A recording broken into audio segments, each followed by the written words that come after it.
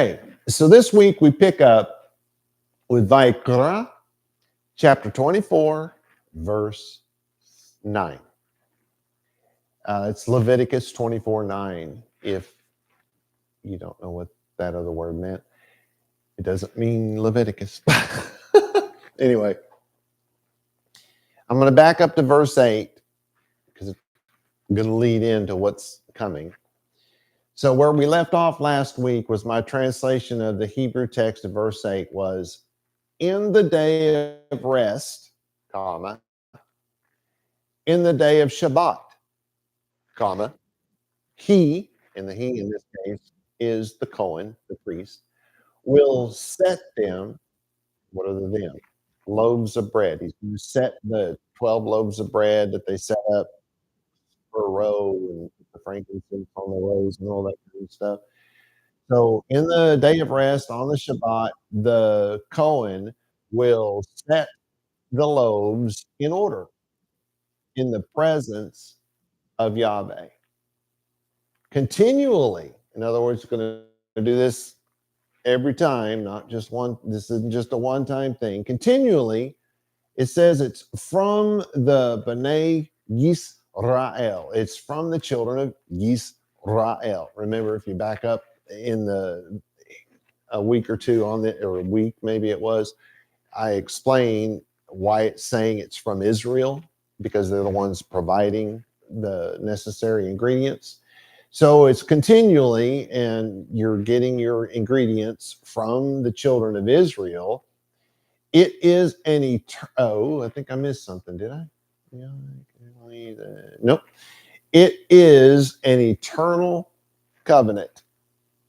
An eternal, it's really not the right word to use, if you recall. It's an eternal sacrifice, not an eternal covenant.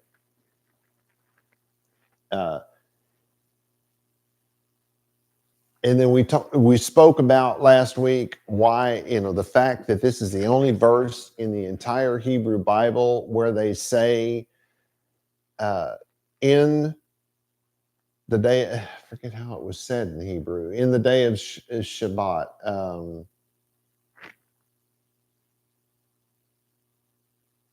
Beyom HaShabbat, or maybe Beyom Shabbat. You don't really need the direct article in biblical Hebrew, but they said it two times in a row, and this is a little off from what is normally done for trying to add emphasis, which I don't believe they were.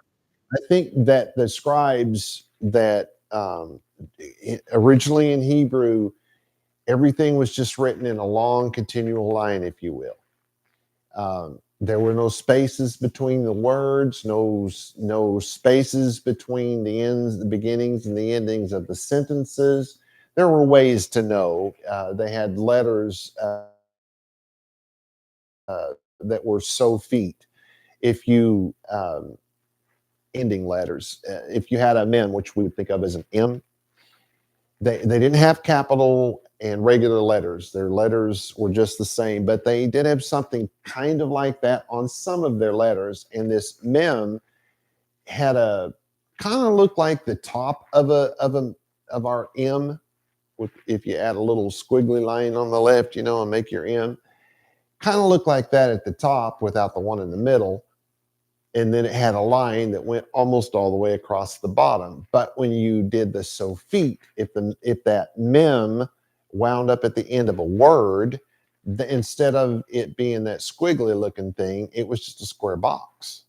And that was called a sofit letter. So at that point, you know where the word ends. And so you know that if you have a sofit letter, the next word or the next letter begins a new word. So that helps. And then there's just differing ways in biblical Hebrew. We're going a long, long way back for biblical Hebrew.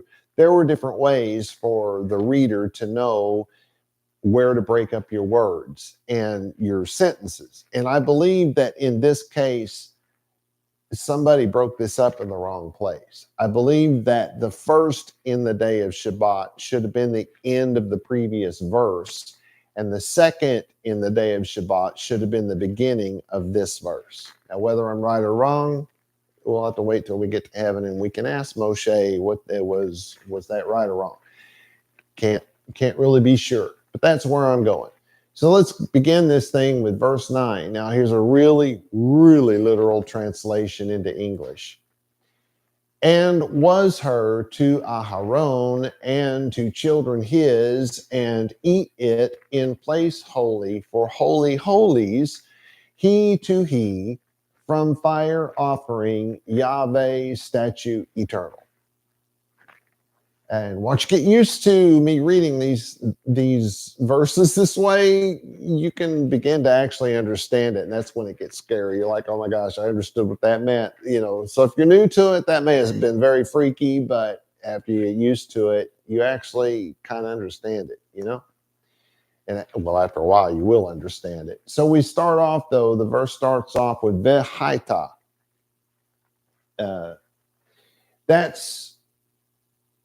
We get the words was, is, or is to come from this one word. In Hebrew, that's not in biblical Hebrew, that's not exactly true. It either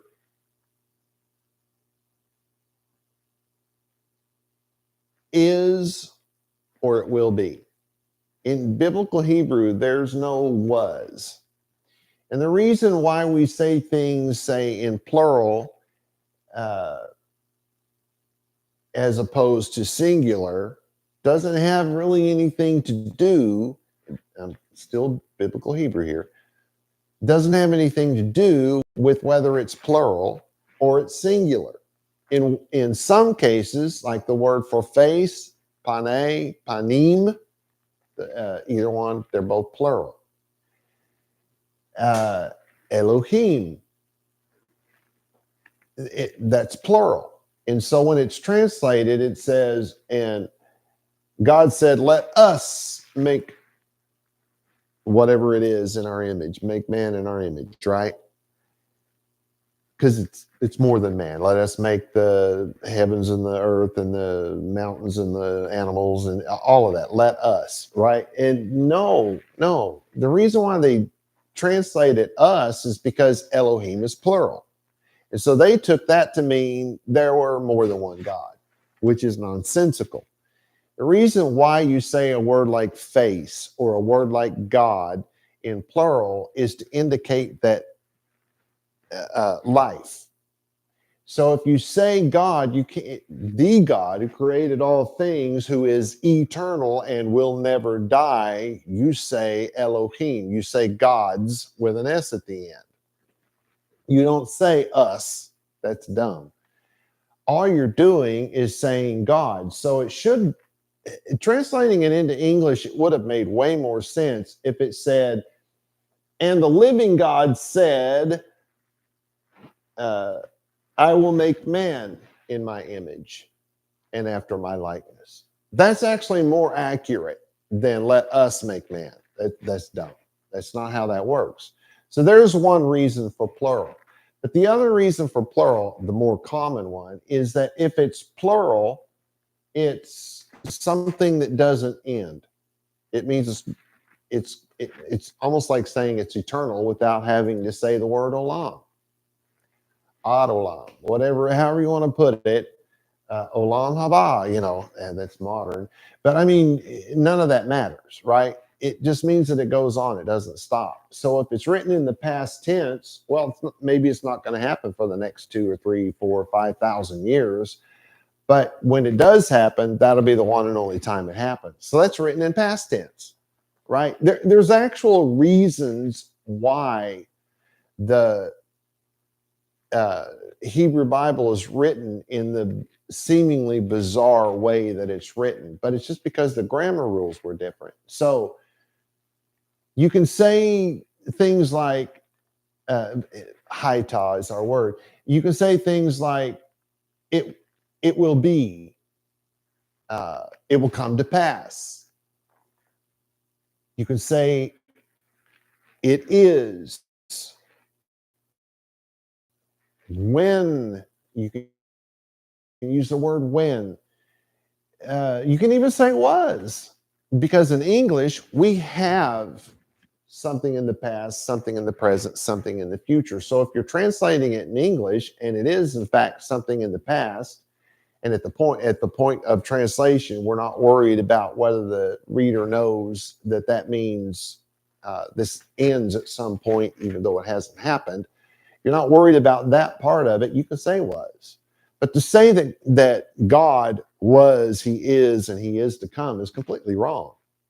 God is and is and is. He does not live within time. There's nothing about God that is past tense. There's nothing about God that is future tense. God just is. So that whole idea that God was, he is, and he is to come, nonsense. Anyway, by the way, that is the word that we get that idea from. So let's move on.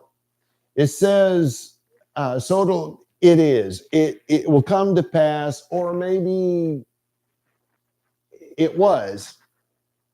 It was. Now it says her, but that can either be her, speaking of a woman, or it can be the word it, because again, in Hebrew, it's a gender specific language. So we would write the word it and think of that word as gender neutral. It's neither feminine nor masculine.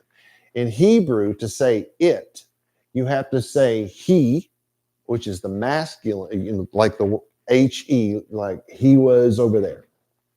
He, that's the masculine way to say it. You say she, like she was over there with him. The word she in Hebrew is also the word for it. So these words are used either of the word it, or they're used of the word he, he, or she, she. So it just depends on how the sentence develops. It's very obvious whether they mean it, he, or she, right? All right, giving you a lot of side notes here. So we're going to go with for now, and it was, then it says la aharon. So the la being added in front of this word, because it's either a word that means light bringer, which that's a noun, or it's the word, proper noun. Is light bringer, would that be considered a proper noun? Or is only names of people a proper noun? Yeah, it would be, wouldn't it? Because it's a title. Okay, so either way, you're looking at a proper noun. We are either saying to Aaron, as he's known in the Western world, or we're saying to the light bringer.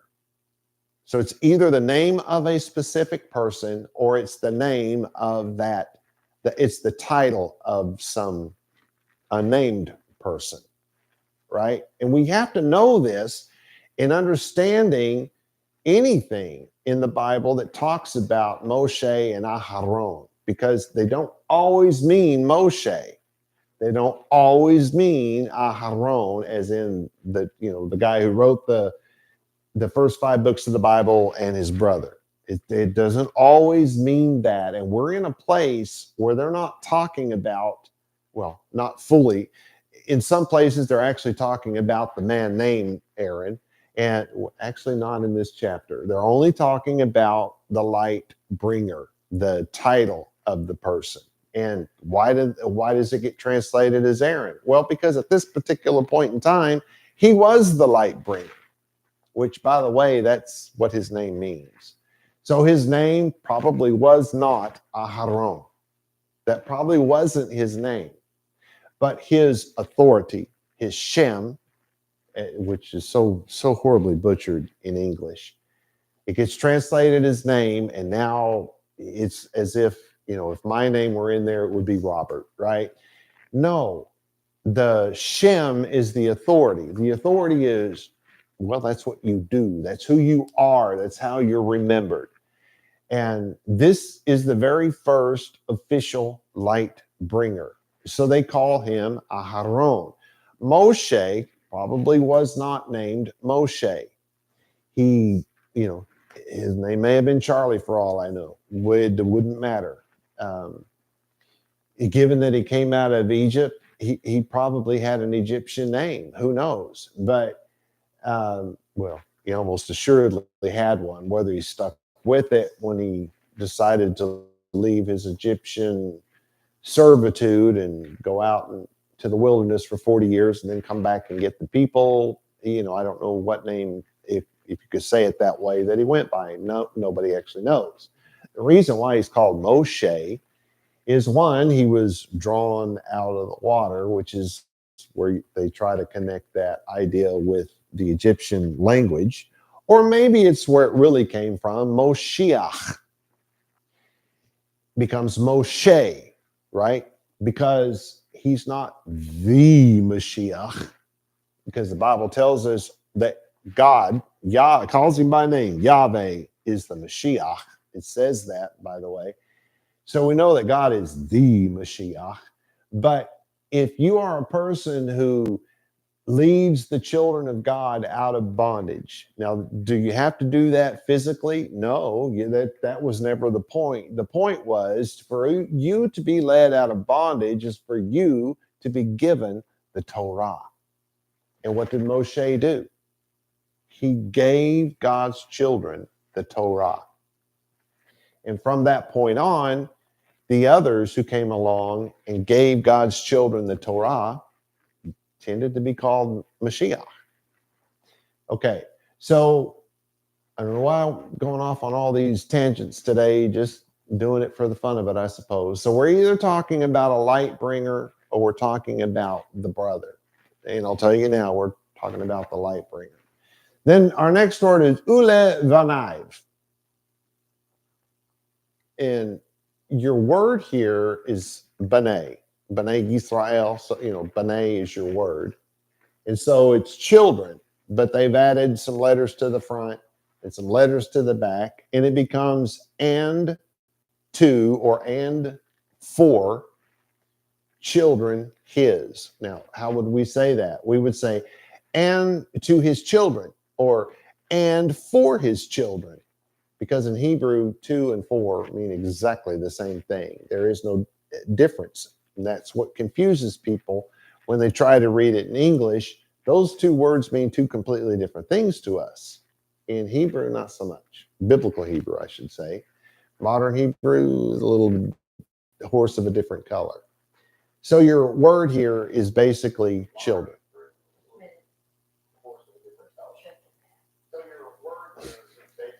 I wonder if that's picking up. Got some noise in the background there. My doppelganger just started talking.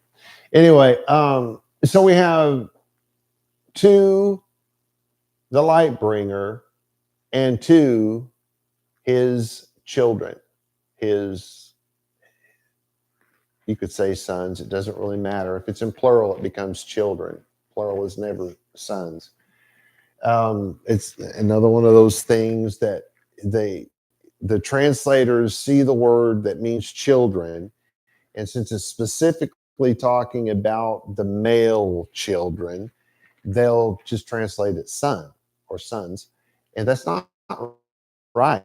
The word should be children. But anyway, and it's important because if these are the children of the light bringer, what does that mean? It means all of the light bringers that will have that position following the original light bringer. Those are the children of the light bringer, not their descendants, not their biological children. We're talking about the light bringer and everyone else who serves in that capacity from here until eternity. They are the children of the light bringer, whether they're related from the same tribe, it wouldn't make any difference. Maybe we started off with olive skin, what you think of is, big nosed Jewish people, right? We started off with that perhaps. And then at some point, maybe we had somebody from Africa that was very dark black. That's completely okay. There's no rules against that. For you to be a Jew has nothing to do with your bloodline, not biblically. Now, modern Jews kind of different, but biblically speaking, no, it made no difference. So it made no difference if you were what we think of as the biblical Jews, which basically you would not have been able to tell the difference between the biblical Jew and the biblical Arab. They had the same father, but different mothers. They're all from Mesopotamia. These boys would have looked an awful lot alike. So there wouldn't have been any change in their skin tone, because the skin tone of one woman would have been the same as the skin tone of the other.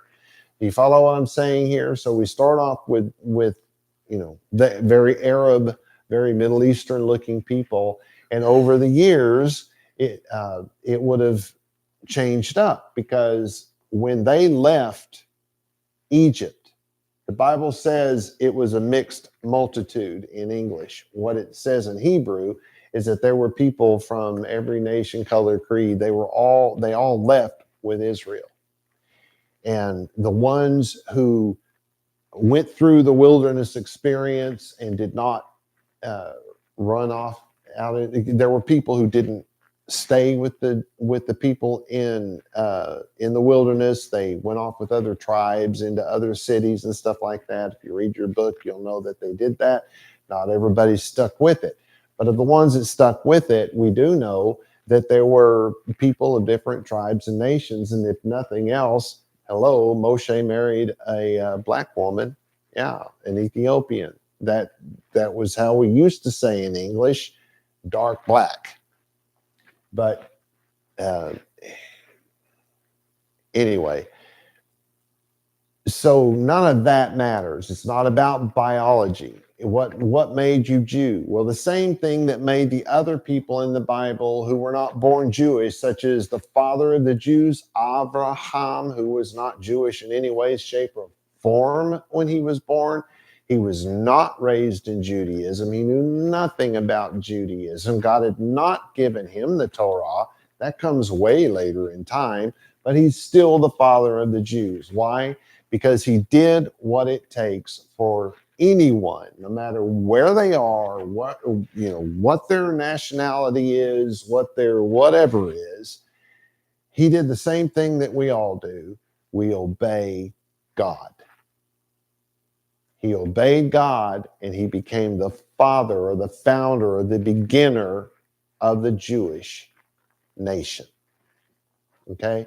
So these descendants are not necessarily, it doesn't matter whether they extend from the lineage of Moshe, which some of them would have been black or at least dark. I mean, because he was olive. His wife was Ethiopian, so she was dark black, which is what that meant back then. So their children, though mixed, would have been very dark, and they were certainly eligible. They were Levites. There was nothing to keep them from being the high priest. There was nothing to keep them from being the light bringer or any other job given to the Kohanim, the priests. There was just nothing there to separate that. It had nothing to do with the bloodline.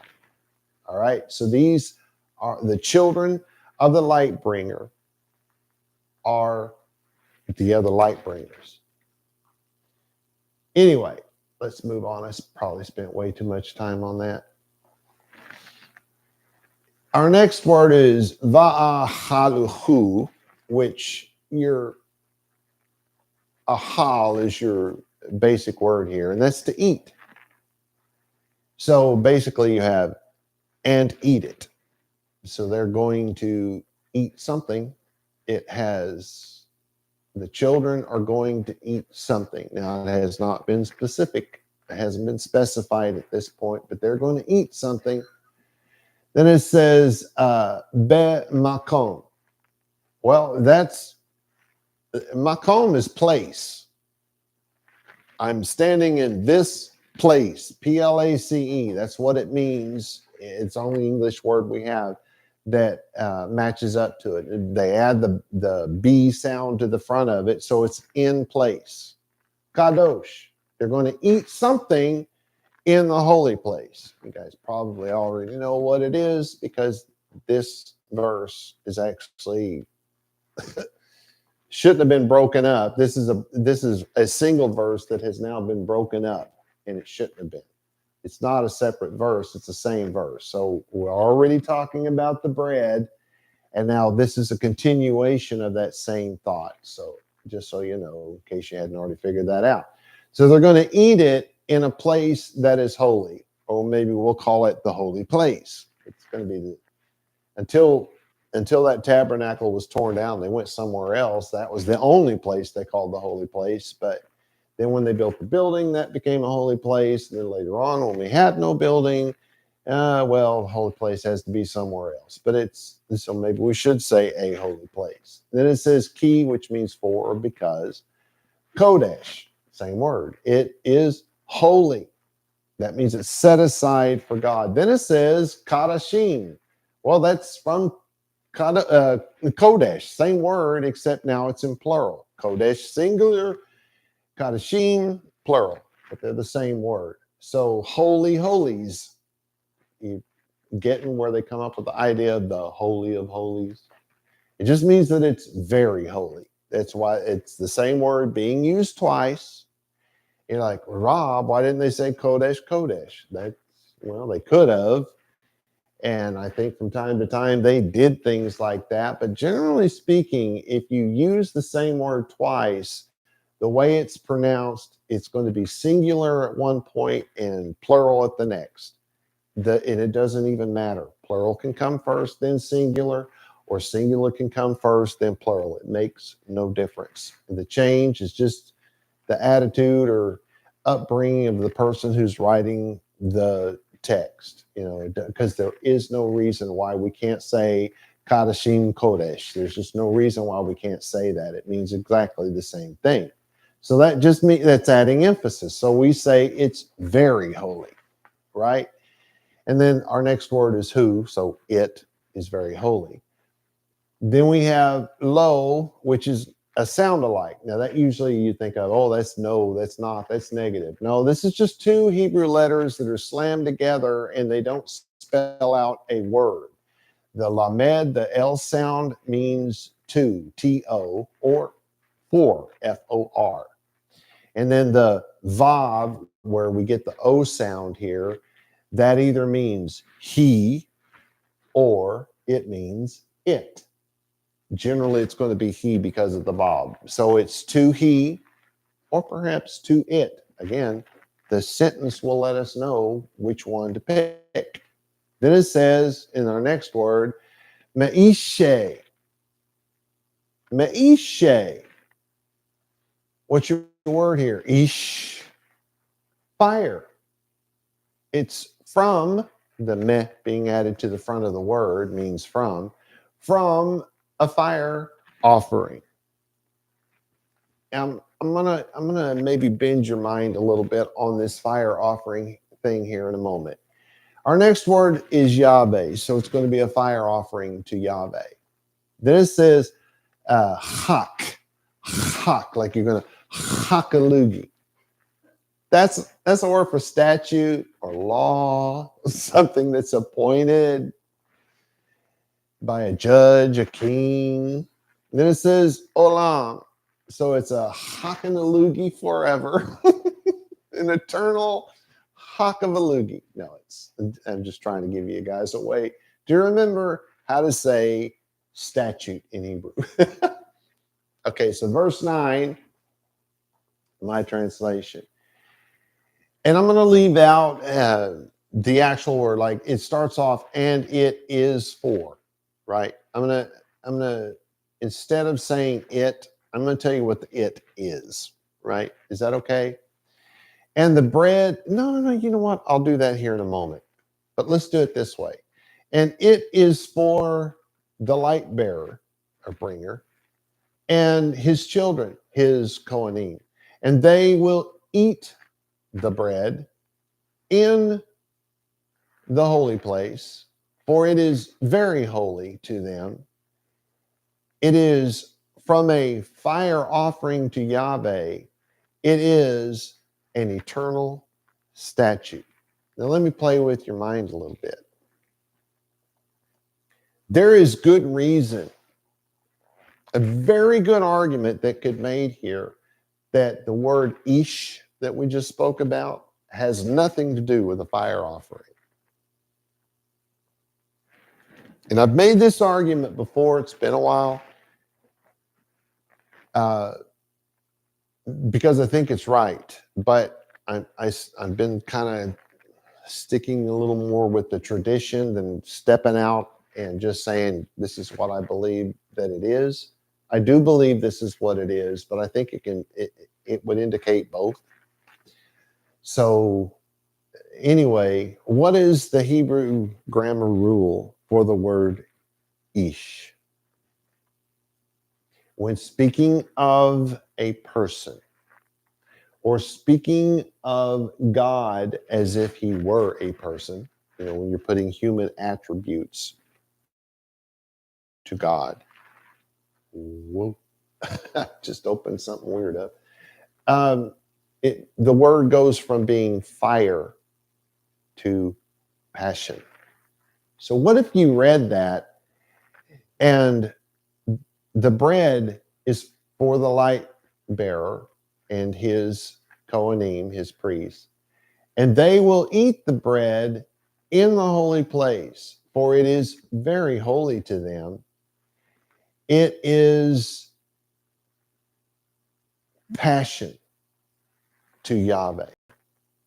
It is an eternal statute.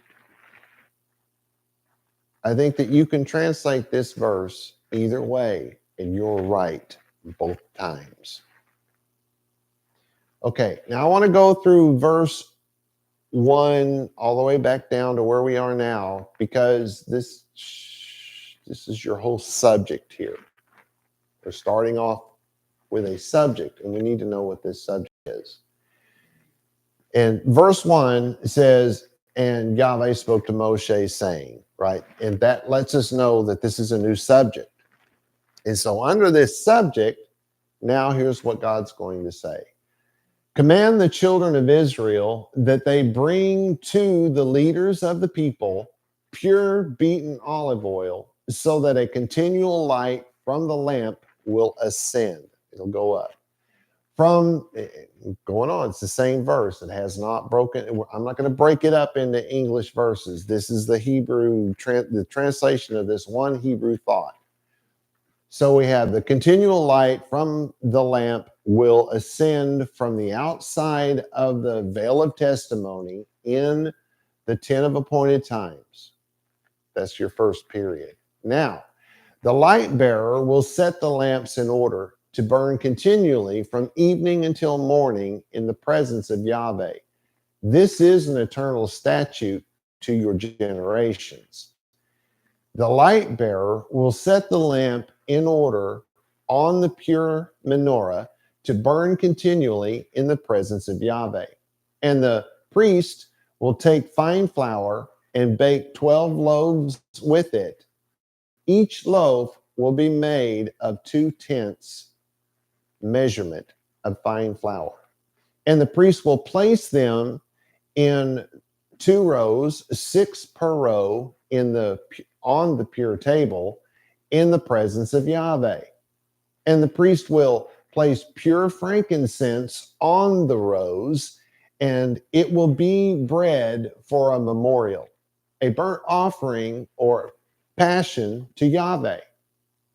In the day of rest, in the day of Shabbat, the priest will set the loaves in order in the presence of Yahweh continually. They're going to do this on the Shabbat day from now on. They're going to do it continually from the children of Israel.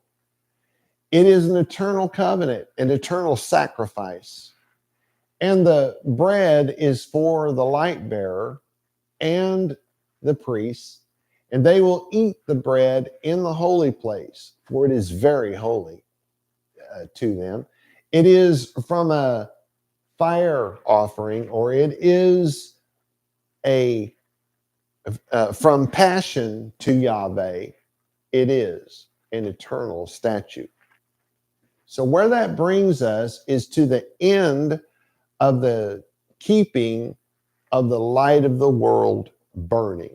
That is the subject for the entire passage. We are talking about what has to be done to keep the light of the world burning. In other words, the children of God who live out the Torah, the children of God who teach the children of God to live out the light of the world, they are the light of the world. And so we're talking about a physical light where the oil has to be poured and the light has to be burned and the bread has to be replaced every Shabbat. You have to replace these 12 loaves of bread. You have to set them in the two rows of 6 and use the frankincense and all that. All of that is the first thing we have to know in how we keep the light of God burning in this world. So we're not getting off that subject, but now we're going to step off into a legal matter. Why would we do that, Rob? It's something totally different. What's it got to do with keeping the light of the world burning? Well, I'm hoping by the time I get to the end of this part of this section, this subsection of the same subject, that you'll get what it has to do with keeping the light of the world burning. So we're moving on to verse 10.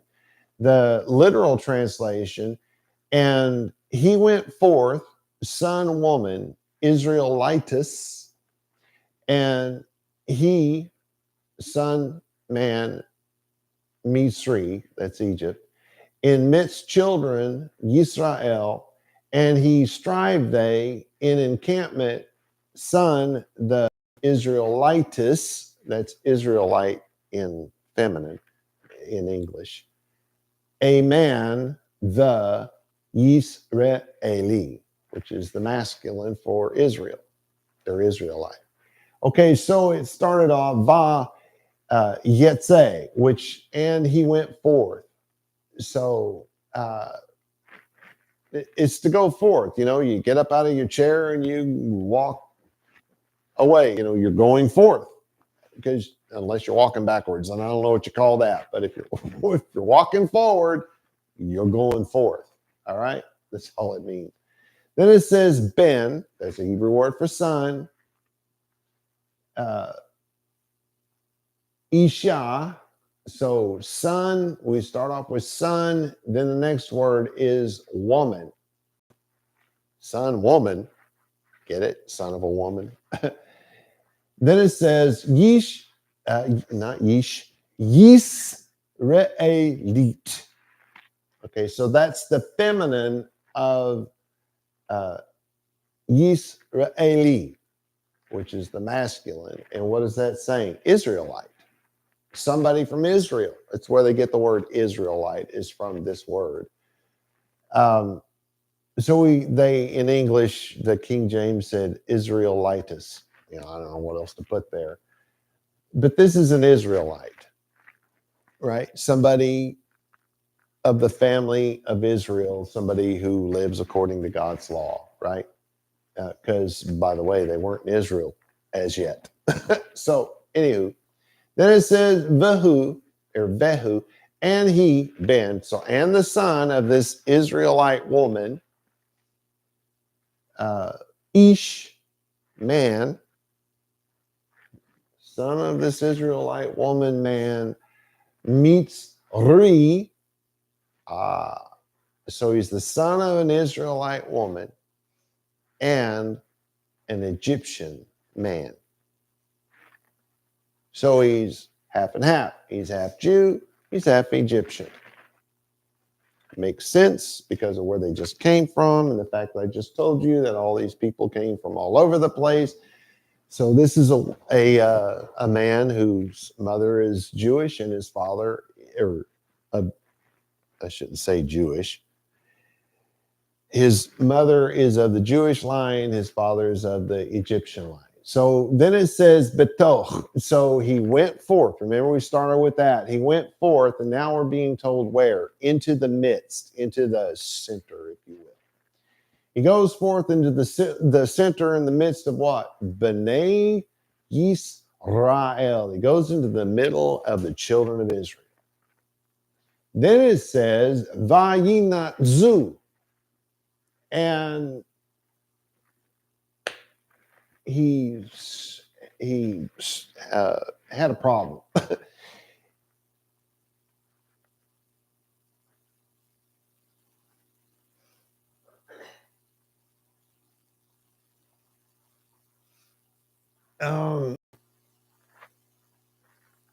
I'm going to skip where this word comes from. It just means that he got in an argument.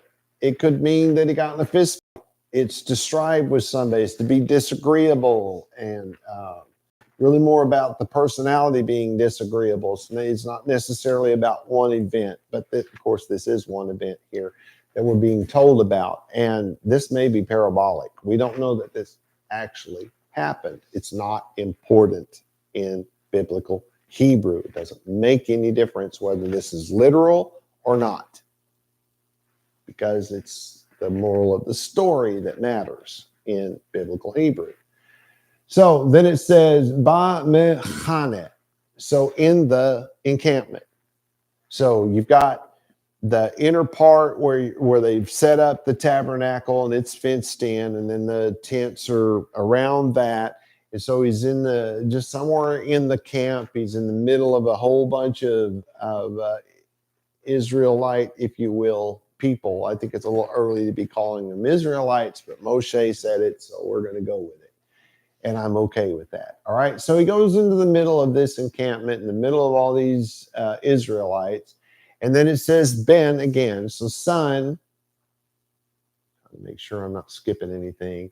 Ha Yisraelit, so son of the Israelite woman, Ve'ish, and the man, Ha Yisraeli. Okay, that's a little different there. So it's the son of an Israelite woman and an Israeli man.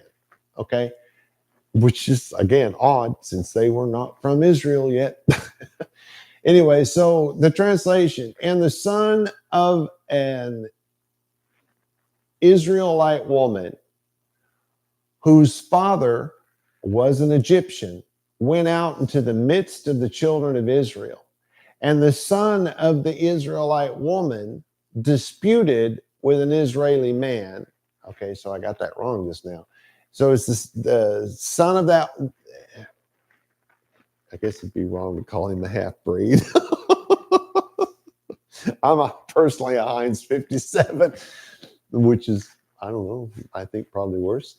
So anyway, it's the son of the Israeli and Egyptian man. He goes out and gets into this dispute with the son of an Israeli woman. Doesn't say whether his father was Israeli or not. So actually, this could be translated either way. It could be saying that he disputed among the children of Israel the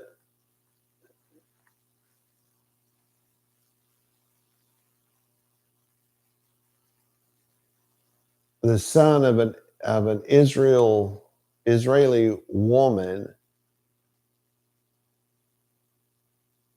It's really the you can go with that. The son of the Israeli woman disputed with an Israeli man there in the camp.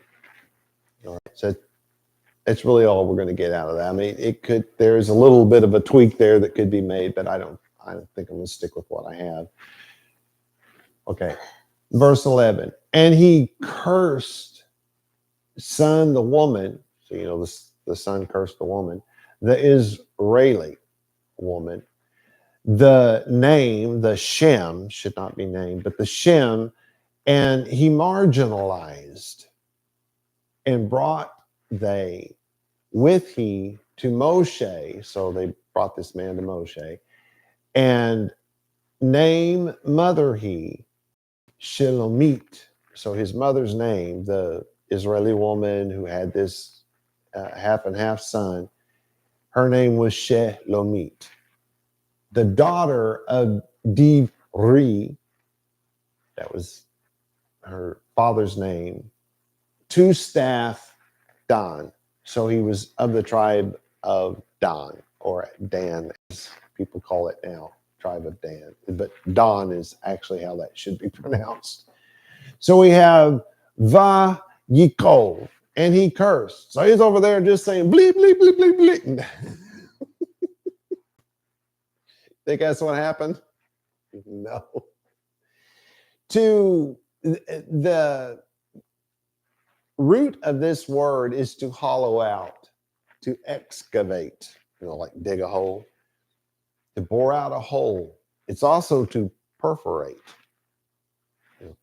stab, like stab somebody in the back maybe, to separate, to distinguish.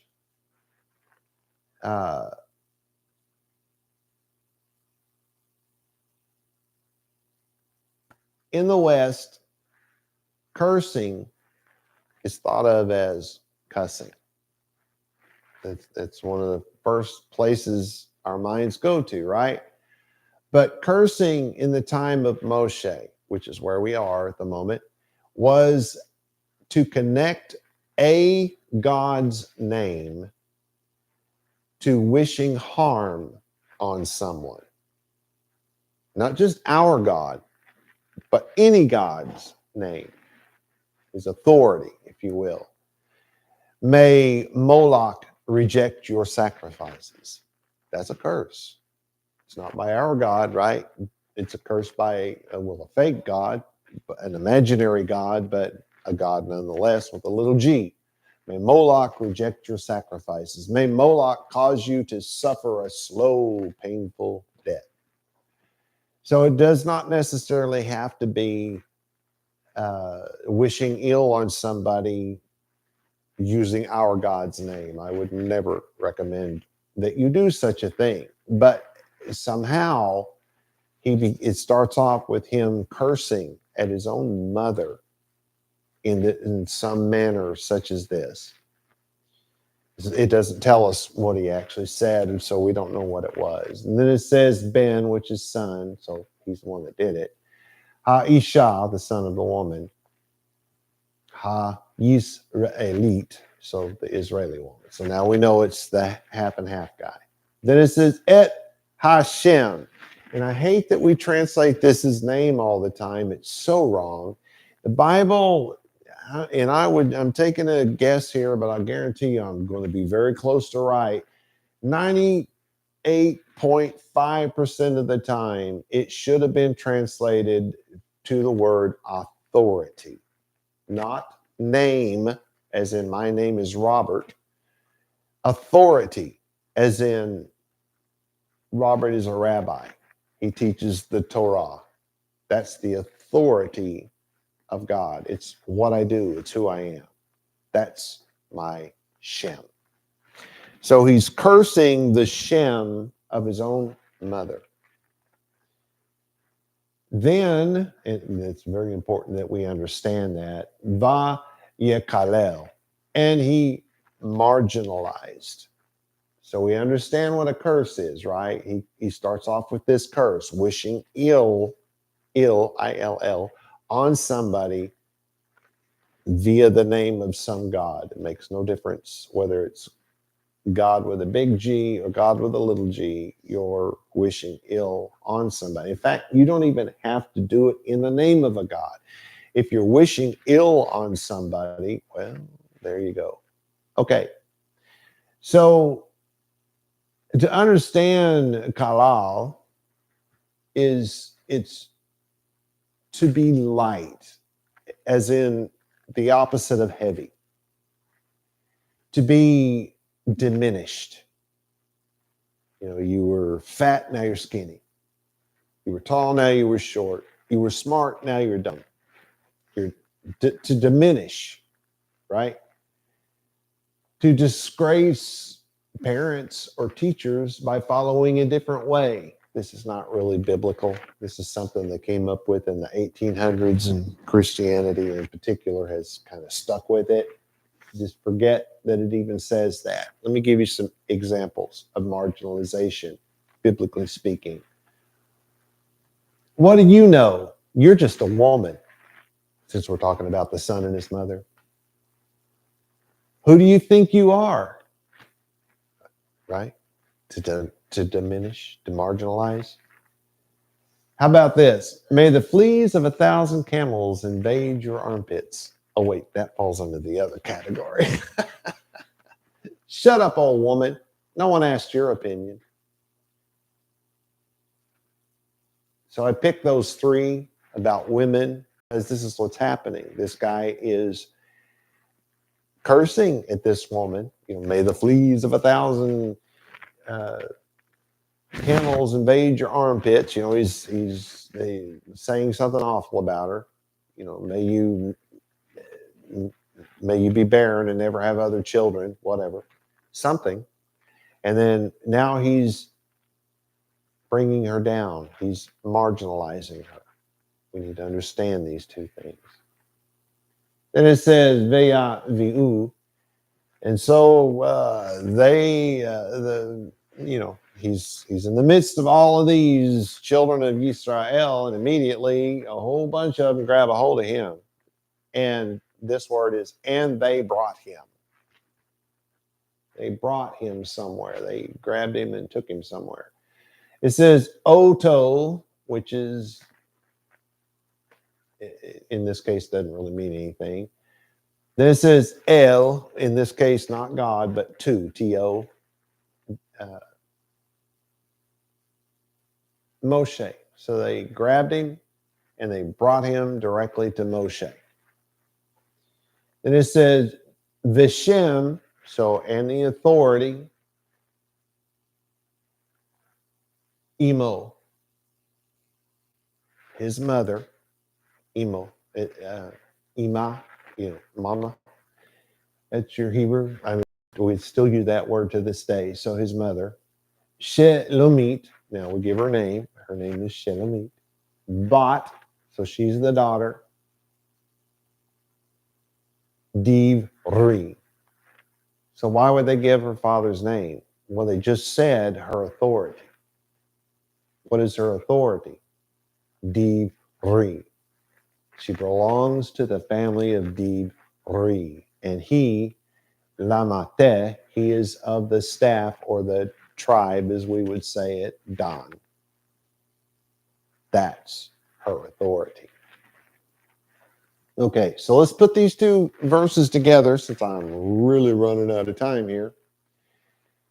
It said, and the son of the Israeli woman, whose father was an Egyptian, went out into the midst of the children of Israel. And the son of the Israeli woman disputed with an Israeli man in the camp. And the son of the Israeli woman cursed and marginalized her authority, who she was. And they brought him to Moshe.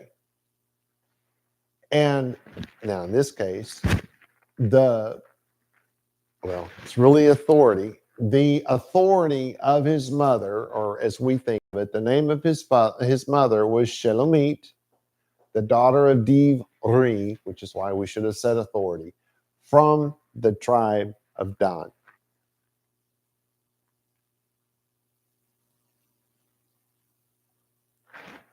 Okay. Now, if we're reading the Hebrew here, I don't remember if it's this. I think is it in this verse?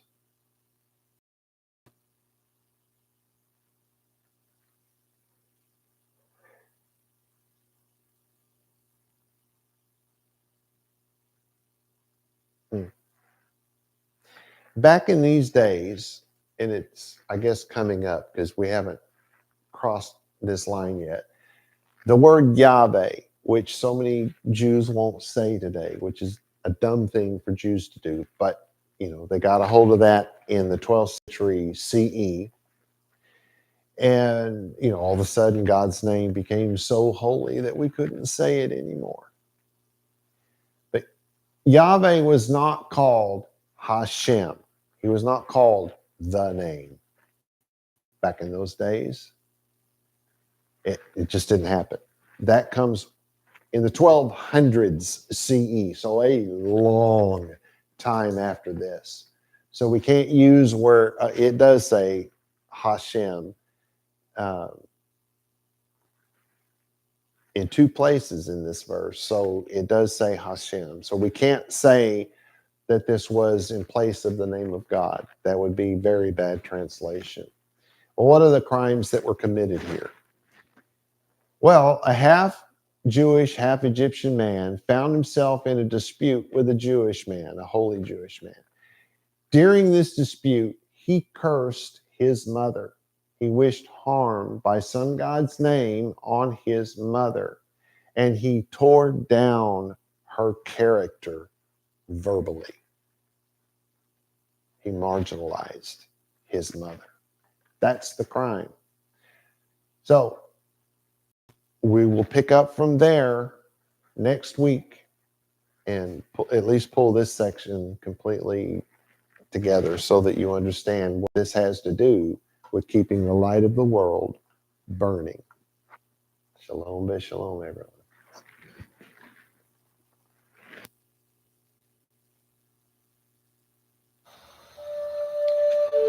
The blessing, vaYiqra. Yevarecha Yahweh beyish merecha. Ya'er Yahweh panai v'lecha vihunecha. Yisa Yahweh panai v'lecha v'yasim lecha shalom. And in English, may Yahweh cause you to lie down so that you may rest.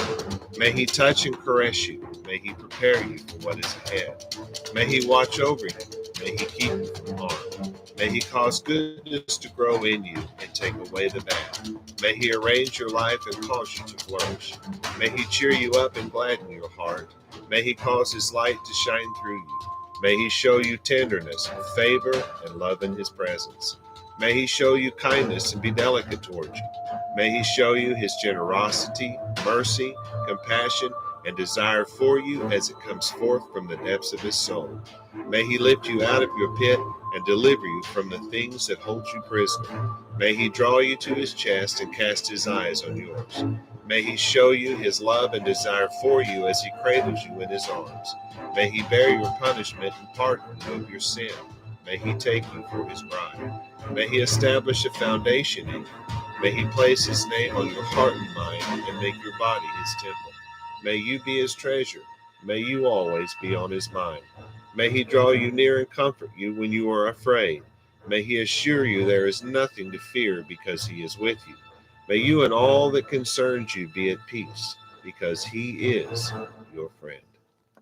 Amen.